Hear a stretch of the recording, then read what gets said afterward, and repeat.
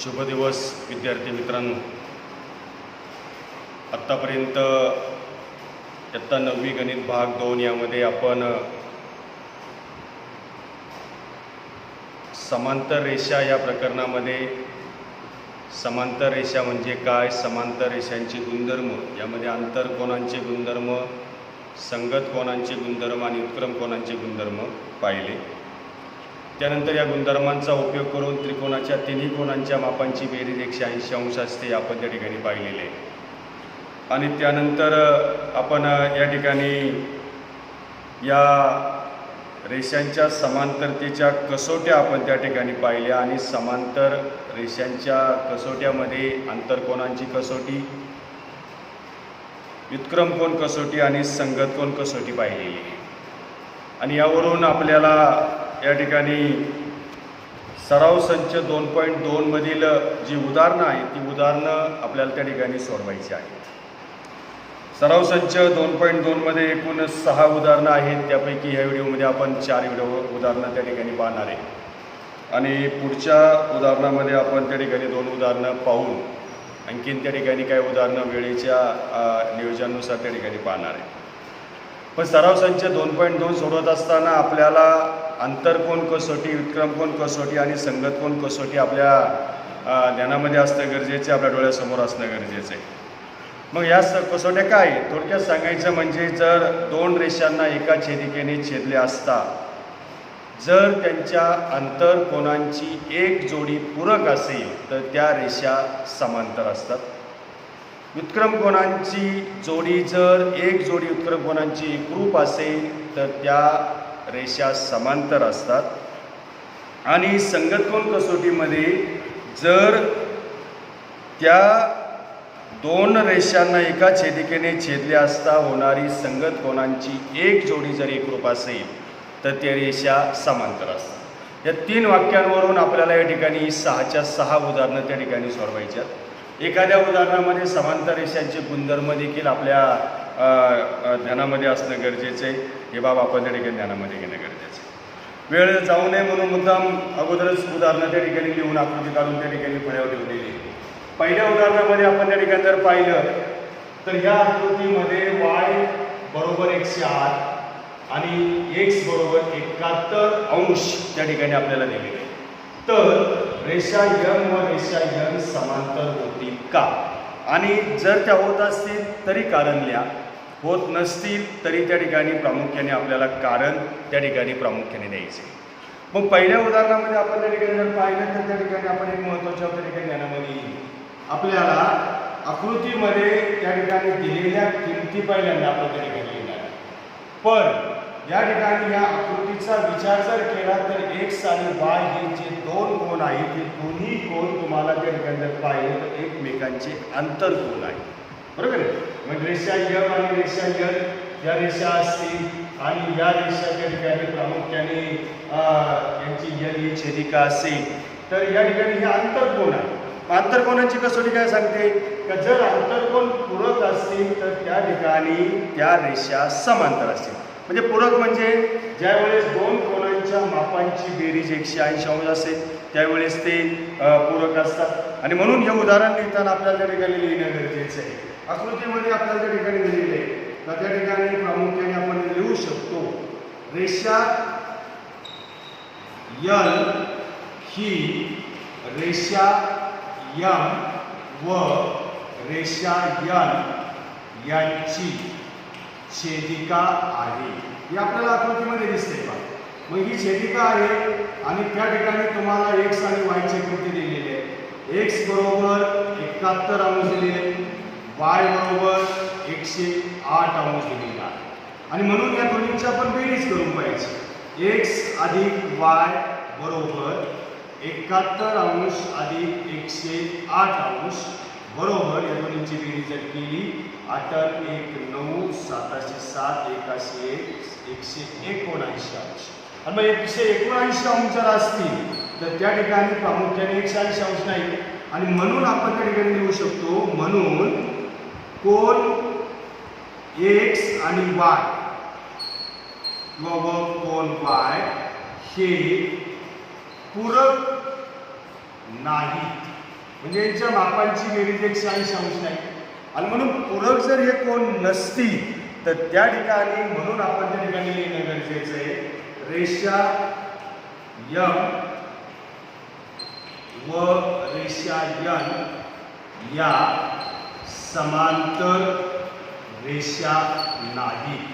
मग या ठिकाणी का नाही तर आपण त्या ठिकाणी आताच सुरुवातीलाच मी तुम्हाला सांगितलं का आंतरकोन कसोटी, संगत कोन कसोटी आणि विक्रम कोन कसोटी या ठिकाणी हे दोन्ही आंतरकोन आहे म्हणून आंतरकोन कसोटी. आंतरकोन कसोटी काय सांगते, जर दोन रेषांना एका छेदिकेने छेदले असता तयार होणाऱ्या आंतरकोनांची एक जोडी पूरक असेल म्हणजे त्यांच्या मापांची बेरीज 180 अंश असेल तर त्या रेषा समांतर असतात. इथे पूरक आहेत का नाही.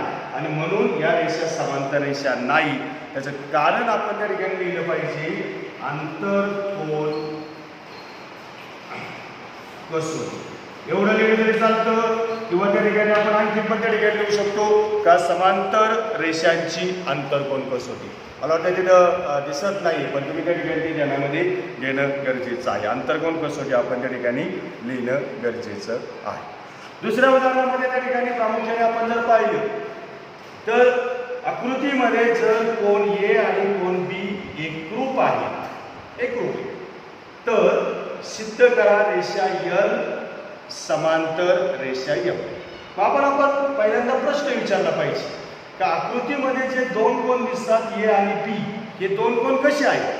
हे दोन कोन बाह्य विक्रम कोन आहेत. म्हणून आपण इथं दोन कसोट्यांचा उपयोग करून हे उदाहरण त्या ठिकाणी सोडू शकतो किंवा सिद्ध करू शकतो. पहिली कसोटी आपण विक्रम कोन कसोटी वापरून त्या ठिकाणी सिद्ध करू शकतो.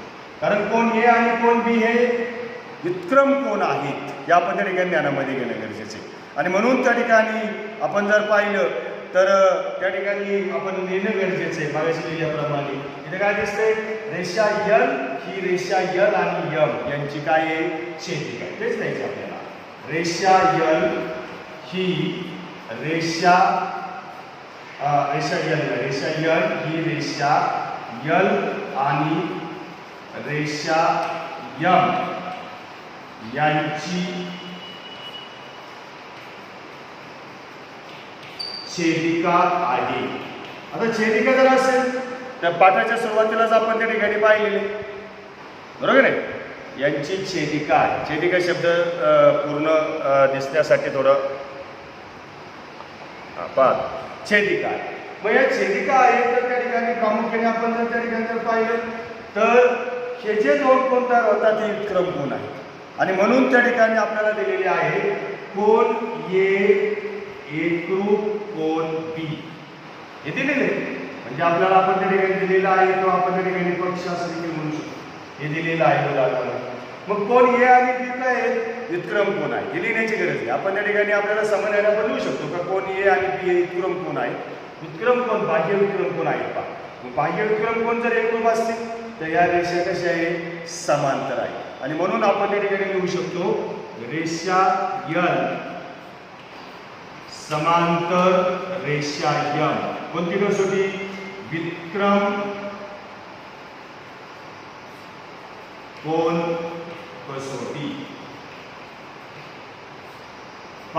विक्रम कोन कसोटीचा दोन कोणत्या ठिकाणी येतो. आणखीन एका पद्धतीने आपण या ठिकाणी उदाहरण सोडू शकतो. कोणती पद्धत या ठिकाणी तुम्ही याचा विरुद्ध कोन घेऊ शकता.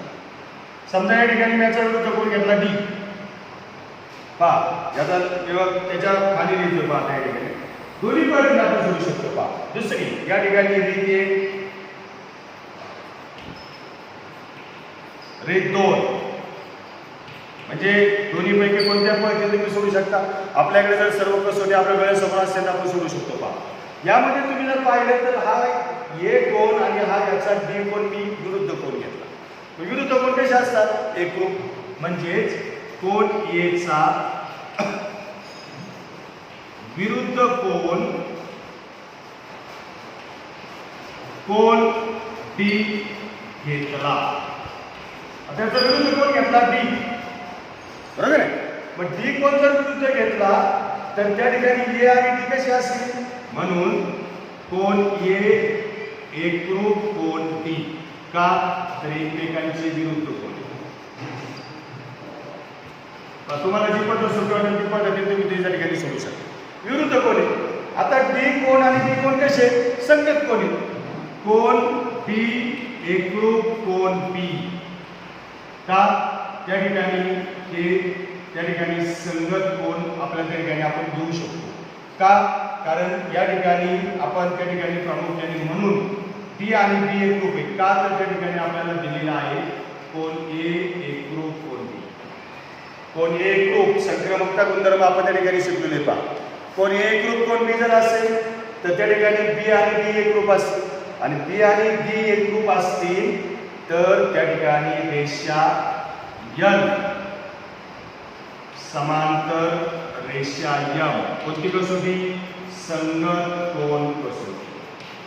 या ठिकाणी आपण दोन्ही पद्धतीने त्या ठिकाणी करू शकतो. सुरुवातीला या ठिकाणी संगत कोन कसोटी आपल्याला वापरायचं असेल तर विरुद्ध कोन घ्यावा लागेल. पण आपण विक्रम कोन कसोटी जर एका पायरीमध्ये आपण हे उदाहरण त्या ठिकाणी सोडू शकतो. ही बाब आपण त्या ठिकाणी ध्यानामध्ये घेणं गरजेचं आहे. तिसरं उदाहरण जे आहे ते तिसरं उदाहरण आता फळ्यावर लिहितोय पहा या ठिकाणी पटकन त्या ठिकाणी आपण लिहूया. तिसरं उदाहरण म्हणजे तिन्ही कसोट्या आपण त्या ठिकाणी कशा वापरायच्या या ठिकाणी तुम्हाला आता मी सांगितलेले. तिसऱ्या उदाहरणाच्या संदर्भामध्ये प्रामुख्याने आपण जर पाहिलं तर यामध्ये तुम्हाला वेगवेगळ्या पद्धतीच्या रेषा दिलेल्या आहेत. त्या रेषांची छेदिका दिलेली आहे. त्यामध्ये आपण त्या ठिकाणी आकृती काढूया. उदाहरण तुमच्या समोर आहे. त्या ठिकाणी आकृतीमध्ये पहा एक के रेषा दिलेली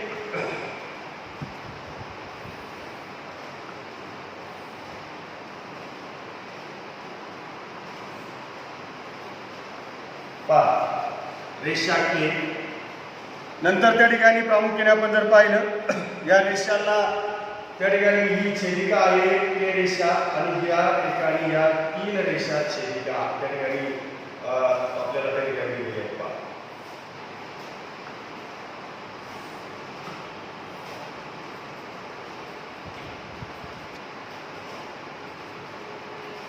ही रेषा एल आहे, ही एम आहे, एन आहे आणि के आहे. नंतर या ठिकाणी इथं कोन बी दिलेला आहे. इथं कोन ए दिलेला आहे आणि त्या ठिकाणी परत इथं एक त्या ठिकाणी रेषा काढून त्याचे त्या ठिकाणी कोन त्या ठिकाणी दिलेले. हा कोन एक्स आहे आणि हा कोन वाय आणि आपल्याला त्या ठिकाणी सांगितलेले आकृतीमध्ये जर कोन ए एकरूप कोन बी आणि कोन एक्स एकरूप कोन वाय तर सिद्ध करा रेषा यल समांतर रेषा यम. पहा कोन ए आणि बी एकरूप आहे आणि कोन एक्स आणि वाय देखील एकरूप आहे. तर तुम्हाला यल आणि यल या दोन रेषा समांतर आहेत हे त्या ठिकाणी सिद्ध करायचं. आता सुरुवातीला आपण त्या ठिकाणी जर पाहिलं तर आकृतीवरून आपण त्या ठिकाणी सांगू शकतो का या ठिकाणी रेषा के ही या तिन्ही रेषांची छेदिका आहे का नाही. छेदिका दिसते का सर्व आकृतीमध्ये. मग या तिन्ही रेषांची जर एक छेदिका असेल तर आपण सोबत दोन रेषा घेऊया पहा आणि त्या ठिकाणी मग आपण लिहिलं पाहिजे. उदाहरण त्या ठिकाणी आपण सोडवतोय रेषा के ही रेषा यल व रेषा यम यांची छेदिका आहे. पहा छेदिका. मग आता ही जर छेदिका आहे तर या ठिकाणी हे दोन कोण कोणते ए आणि बी कोण हे संगत कोण आहे. मग आपण त्या ठिकाणी दिलेले कोन ए एकरूप कोन बी दिलेले आहे पक्षामध्ये आणि म्हणून आपण त्या ठिकाणी लिहू शकतो रेषा यल समांतर रेषा यम. का तर त्या ठिकाणी हे दोन संगत कोन आहेत आणि संगत कोन जर एकरूप असतील संगत कोनांची एक जोडी एकरूप असेल तर त्या दोन रेषा समांतर असतात. म्हणून लिहिले पाहिजे आपण संगत कोन कसोटी. नंतर आपण त्या ठिकाणी पुढे जाऊया पहा इथं जर आपण त्या ठिकाणी पाहिल्यानंतर तुमच्या ध्यानामध्ये येईल आता एक्स आणि वाय आपल्याला त्या ठिकाणी एक रूप दिलेली, आपल्याला एक रूप दिलेली. पण या ठिकाणी आपण ही जर रेषा आपण अशी वाढवली पहा, फक्त डोळ्यासमोर या यम आणि यन या रेषा आणि ही त्यांची छेदिका, याला नाव देऊया आपण त्या ठिकाणी एक्स वाय चे किंवा एखादं नाव देईन ए, इथे हे दिलेले एखादं सी नाव देईन, एखादं पी नाव देईन, एखादा क्यू नाव देईन, एखादा आर नाव देईन, जे आपल्याला त्या ठिकाणी द्यायचे ते. समजा आपण त्या ठिकाणी पी नाव दिले, आपण समजा पी वर आपण त्या ठिकाणी पटकन देतो पी नाव दिले. मग त्या ठिकाणी आपण इथं लिहू शकता पहा तुम्ही, ही जी रेषा पी आहे ही यम आणि यांची काय छेदिका आहे. दिसते सर्वांना यम आणि यांची छेदिका. आपण आपल्या त्याच्यात ठरवली पुस्तक करू शकता.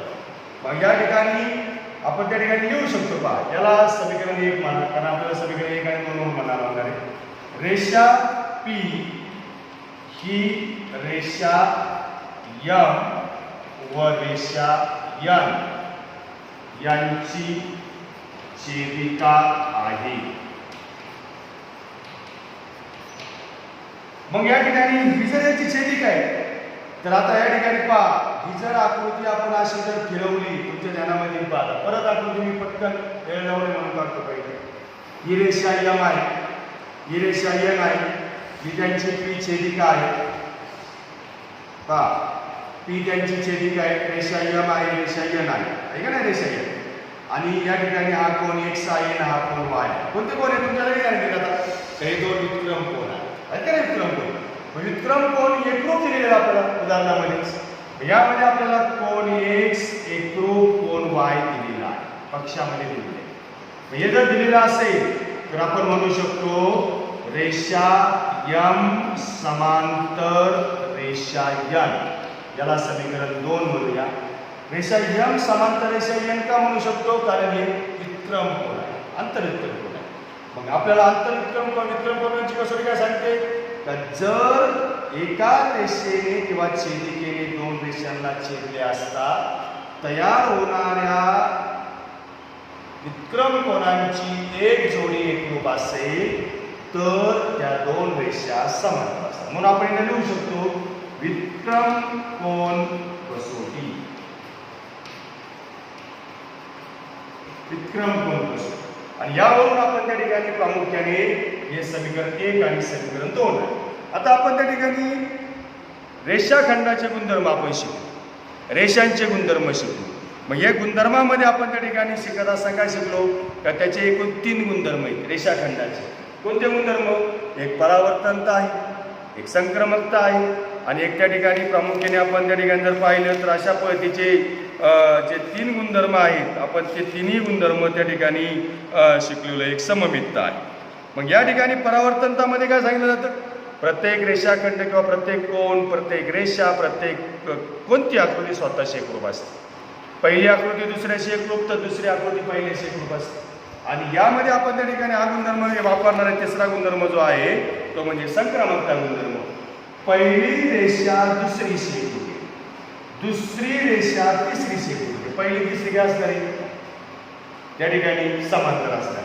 आणि म्हणून त्या ठिकाणी संक्रमकता गुणधर्मावरून आपण लिहू शकतो रेषा यल समांतर रेषा यन, विधान 1 व 2 वरून. आणि इथं आपण गुणधर्म वापरतोय संक्रमकता गुणधर्म. अशा पद्धतीने आपण ही उदाहरणं त्या ठिकाणी प्रामुख्याने ध्यानामध्ये घेऊ शकतो. पहा इथं आपण त्या ठिकाणी संगत कोण कसोटी म्हणून वापरली, विक्रम कोण कसोटी अतिशय विचारपूर्वक आपण त्या ठिकाणी करू शकतो. एखाद्या आकृतीमध्ये आपल्या ध्यानामध्ये येत नसेल तर या आकृती आपण अशी आपल्या समजण्यासाठी आपण त्या ठिकाणी काढू शकतो. त्यानंतर चौथं उदाहरण जे आहे ते पण आपण त्या ठिकाणी आता इथं सोडवणार आहे. चौथ्या उदाहरणामध्ये तुम्ही त्या ठिकाणी जर पाहिलं, चौथ्या उदाहरणामध्ये आकृती काढतो लगेच, तुम्ही पण वहीमध्ये किंवा त्या ठिकाणी आकृती आपली काढायची माझ्याबरोबरच त्या ठिकाणी.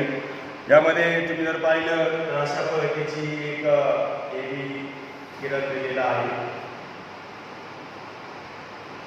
नंतर त्या ठिकाणी आपण एक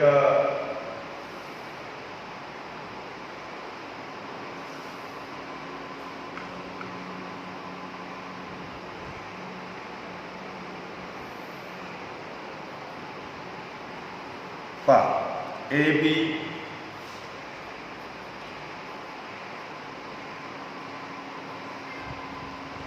नंतर सी, डी आणि ई अशा पद्धतीचे 5 बिंदू आहेत. आणि तुम्हाला डी कोणाचं आणि सी कोणाचं माप दिलेलं आहे. पहा डी कोणाचं माप आहे 100 अंश आणि सी कोणाचं माप आहे 50 अंश. आणि आपल्याला उदाहरण सोपं आहे अतिशय. किरण बी ए समांतर किरण डी ई, म्हणजे आकृतीमध्ये जर किरण बी ए समांतर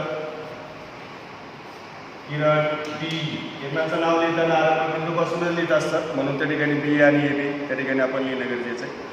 बी ए आणि डी ई लिहिणं गरजेचं आहे. कोन सी बरोबर 50 अंश, कोन डी बरोबर 100 अंश. तर कोन ए बी सी बरोबर किती, म्हणजे पुढे सांगितलं तुम्हाला कोन ए बी सीचं माप काढा. आपण त्या ठिकाणी फक्त त्या ठिकाणी लिहिलेलं आहे. आणि खाली सूचना पण दिलेली, बिंदू सी मधून रेषा ए बीला समांतर रेषा काढा. आणि म्हणून आपण त्या ठिकाणी आता इथं लिहिणं गरजेचं आहे. रचनामध्ये आपण त्या ठिकाणी लिहिणं गरजेचं आहे. काय लिहिणं गरजेचं आहे का त्या ठिकाणी साधारणपणे आपण काय करणं गरजेचं आहे आपण त्या ठिकाणी ध्यानामध्ये घ्या सर्वांनी. यामध्ये आपल्याला सी मधून या ठिकाणी ए बीला समांतर रेषा काढायची.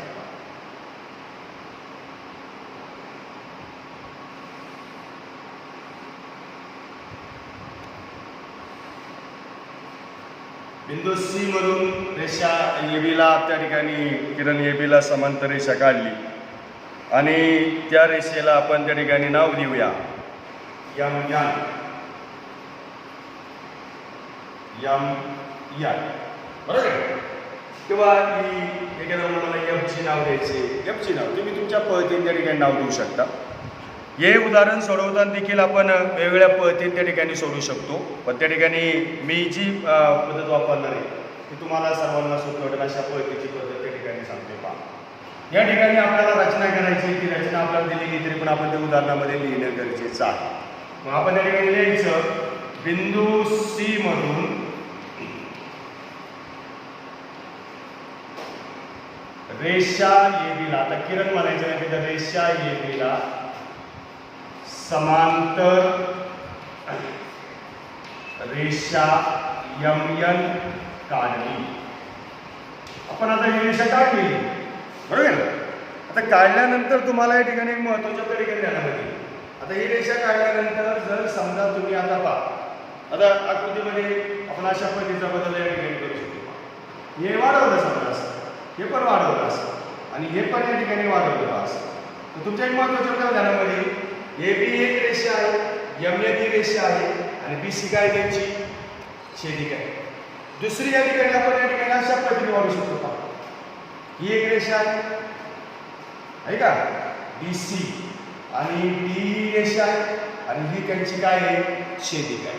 पण आपण इथे एम बी सी मधून फक्त ए बीला समांतर रेषा काढली. तुम्ही म्हणू शकता का इथे डी ला ही समांतर आहे, नाही. त्यासाठी आपल्याला पहिल्यांदा ते लिहिणं गरजेचं आहे. काय लिहिणं गरजेचं आहे तर त्या ठिकाणी आपल्याला दिलेलं आहे त्या ठिकाणी. पहा आता किरण बी ए म्हणण्याची गरज नाही. रेषा ए बी समांतर रेषा डी पक्ष हे आपल्याला दिले आणि हे जर दिलेलं आहे तर त्या ठिकाणी पुढे आपण त्या ठिकाणी जाऊ शकतो. म्हणून रेषा डी समांतर रेषा यम एन कशावरून संक्रमकता गुणधर्म, संक्रमकता गुणधर्म या गुणधर्मावरून आपण या ठिकाणी समांतर आहे म्हणजे तिन्ही एकमेकाला समांतर आहेत असं आपण त्या ठिकाणी सांगू शकतो. हे सांगितल्यानंतर त्या ठिकाणी आपण पुढं त्या ठिकाणी पाहू शकतो. का यम एन आणि डी आपण त्या ठिकाणी घेऊया. यम एन आणि डी घेतल्यानंतर तुम्हाला या ठिकाणी प्रामुख्याने दोन रेषा समांतर आहे. त्याची ती काय आहे डी सी. त्या ठिकाणी आपण लिहायचं रेषा डी सी ही रेषा डी किंवा आपण त्या ठिकाणी हे वेगळ्या पद्धतीने समांतर रेषा आहे म्हणून आपण असं पण लिहू शकतो, रेषा डी समांतर रेषा MN आणि रेषा BC छेदिका आहे, म्हणजे त्याची छेदिका आहे. आता छेदिका जर असेल तर आपल्याला या ठिकाणी रेषा समांतर असेल तर त्या ठिकाणी हा जो कोन आहे या कोनाची जोडी जर आपण त्या ठिकाणी जर पाहिलं तर आंतरकोन आहे की नाही, आंतरकोन. आणि जर आंतरकोन जर असेल तर याचं माप आणि याचं माप यांच्या मापांची बेरीज 180 अंश पाहिजे. आणि मग परत हा सरळ कोन घेऊन तुम्ही याचं माप लगेच काढू शकता, बरोबर आहे. म्हणजे याचं माप 80 येऊ शकतं, याचं माप 50 आहे, 130 राहिलं 50, याचं माप 50 येऊ शकतं. अशा पद्धतीने तुम्ही काढू शकता. पण आपण या ठिकाणी वेगवेगळ्या कसोट्या वापरून या ठिकाणी सोडवणार. इथं तुम्ही एक कोन घेतल्यानंतर हा जो कोन आहे या कोनाचं या ठिकाणी हा जो संपूर्ण कोन आहे हा कोन आणि हा कोन हे काय झाले, व्युत्क्रम कोन झाले का नाही, व्युत्क्रम कोन. आणि व्युत्क्रम कोन कसे असतात, एकरूप असतात.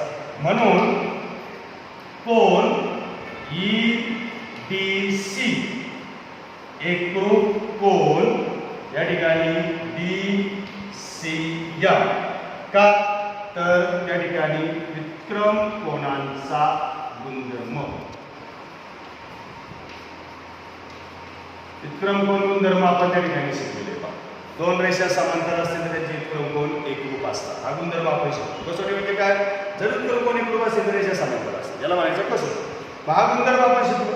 या गुणधर्मावरून मग तुम्ही त्या ठिकाणी म्हणू शकता, म्हणून कोन DCM बरोबर 100 अंश. का, तर त्या ठिकाणी आपल्याला कोन EDC म्हणजे जर कोन EDC बरोबर 100 अंश त्या ठिकाणी, आणि म्हणून हे कोन एकरूप DCM हा संपूर्ण कोन 100 अंशाचा आहे. पण त्यापैकी हा कोन किती अंशाचा आहे, 50 अंशाचा आहे. म्हणून आपण त्या ठिकाणी म्हणू शकतो आपल्याला EBCचं माप काढायचं. EBCचं माप काढण्यासाठी आपल्याला या ठिकाणी हा जो कोन आहे या कोनाचं माप काढलं पाहिजे. या कोनाचं माप किती आहे, 50 अंश. 50 अंश जर त्या ठिकाणी आपल्याला या ठिकाणी काढायचा असेल तर त्या ठिकाणी दोन्ही कोनांच्या मापांची बेरीज किती आहे, 100 अंश. म्हणून आता त्या ठिकाणी परत आपण त्या ठिकाणी या कोनाचं माप म्हणून BCMचं माप काढायचं. परंतु त्या ठिकाणी कोन DCM बरोबर कोन BCM अधिक कोन DCB का, कोनांचं बेरजेचा गुणधर्म, बेरजेचा कोनांच्या बेरजेचा गुणधर्म आपण या ठिकाणी वापरला.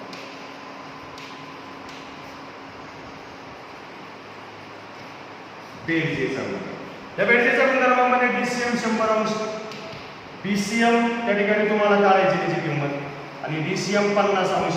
आणि मग यावरून त्या ठिकाणी आपण कोन BCM बरोबर 100 वजा 50 बरोबर 50 अंश त्या ठिकाणी घेऊ शकतो. म्हणजे याचं माप देखील आपण या ठिकाणी 50 अंश घेऊ शकतो. आता पुढे आपण त्या ठिकाणी काय लिहिलं गरजेचं आहे, या ठिकाणी AB आणि M या समांतर रेषा आहे आणि BC काय आहे, त्यांची छेदिका आहे. मग रेषा MN समांतर रेषा AB व BC रेषा BC त्यांची छेदिका आहे. रेषा BC काय त्यांची छेदिका, छेदिका असेल तर कोन ABC बरोबर किंवा एकरूप कोन ABC अधिक कोन BCM बरोबर 180 अंश का, तर अंतरकोन कसोटी,